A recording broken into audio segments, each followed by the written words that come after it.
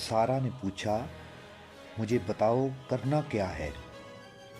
मैं बेआबरू लड़की हूँ, अगर खुदा भी मुझसे यही कुर्बानी लेकर खुश हो सकता है तो मैं ये कुर्बानी देने को तैयार हूँ।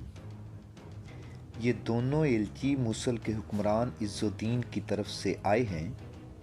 हसन ने उसे बताया, मुझे यकीन है कि वो सुल्तान अयूबी के ख़िलाफ़ बिल्डौन से मदद लेने आए हैं। इस वक्त हमारी फ़ौज नसीबा के मकाम पर ख़ैमाज़न है। सुल्तान को ये खुशफहमी है कि वो अपने दोस्तों के दरमियान ख़ैमाज़न हैं, मगर वो अपने मुसलमान दुश्मनों के निर्गे में आए हुए हैं। हमें ये मालूम करके सुल्तान को ख़बरदार करना है कि सलीबी जंगी इक़दाम करेंगे। मूसल और हरब और दीगर छोटी छोटी मुसलमान अमारतों का रवैया क्या होगा?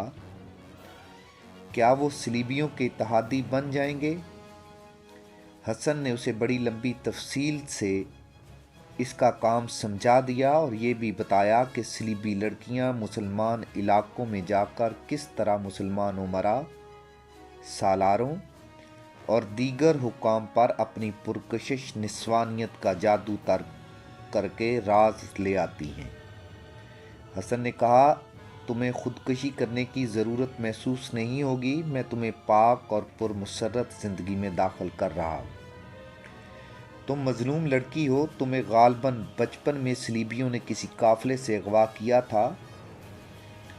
उन्होंने तुम्हें गुनाहों की ज़िंदगी में दाखिल किया है। नहीं हसन, सारा ने कहा, मैंने अपने आप को खुद ही अगवा किया था। ये कहानी फिर कभी सुनाऊंगी। मुझे अभी ये काम करने दो। दुआ करो अल्लाह मुझे सुरखरू करे और मैं गुनाहों का कफ़ारा अदा कर सकूं। बारिश थम गई तो सारा अपने कपड़े पहनकर हसन के कमरे से निकली। वो जब उस इमारत में दाखिल हुई जहां उसका कमरा था तो उसे वो औरत मिल गई जो इन सब लड़कियों की कमांडर थी। उसने सारा को देखा और मुस्कुरा कर कहा, रात को तैयार रहना। मेरे आदमी ने मूसल के एक एलची के साथ बात कर ली है। आज रात न कहीं नाच गाना होगा न कोई ज़ियाफ़त। मैं तुम्हें उसके कमरे में छोड़ आऊँगी। मैं तैयार रहूँगी, सारा ने कहा। मूसल के दोनों एलचियों की हालत भूखे भेड़ियों जैसी थी। वो यहाँ इज़्ज़ुद्दीन का और अपना ईमान फ़रोख्त करने आए थे। वो अपनी गद्दारी को कामयाब बनाने के लिए इस सलीबी बादशाह से मदद लेने आए थे। ये बादशाह अपने मफाद की खातर और मुसलमानों के हुक्मरानों को आपस में लड़ाने की खातर इन्हें पुश्तपनाही और मदद दे रहा था। इन मुसलमान एलचियों के पास ना ईमान रहा था, ना ज़ाती वक़ार, ना कौमी वक़ार। उनकी दिलचस्पी अब इसमें रह गई थी कि शाह बेल्डौन इन्हें ज़्यादा से ज़्यादा अय्याशी करने और इनाम व इकराम दे। इन दोनों को बैरूत के गिरदोनवा और समंदर की सैर कराने के लिए रोक लिया गया था। इस दौरान नाचने गाने वाली लड़कियों की कमांडर ने अपने एक आदमी को उनके पास भेजा था। उस आदमी ने इन्हें कहा था वो इन्हें ऐसी लड़कियां ला कर देगा जो इन्हें कभी नहीं देखी होंगी। इन दोनों की बाछें खिल गईं और मुआवजा तय हो गया। इनमें से एक एक के पास सारा को भेजने के लिए तैयार कर लिया गया। रात सारा को स्याह लबादे में छुपाकर एक एलची के कमरे तक पहुंचाया गया। एलची जवाली मूसल इज़्ज़ुद्दीन का फौजी मुशीर था। 50 साल के ऊपर की उम्र का था। गुज़िश्ता रात उसने इस कदर शराब पी थी कि बेहोश हो गया था, लेकिन आज रात वो अपने कमरे में आहिस्ता आहिस्ता पी रहा था। वो एक रकासा का इंतज़ार बेताबी से कर रहा था जिसके हुस्न के उसे अफसाने सुनाए गए थे।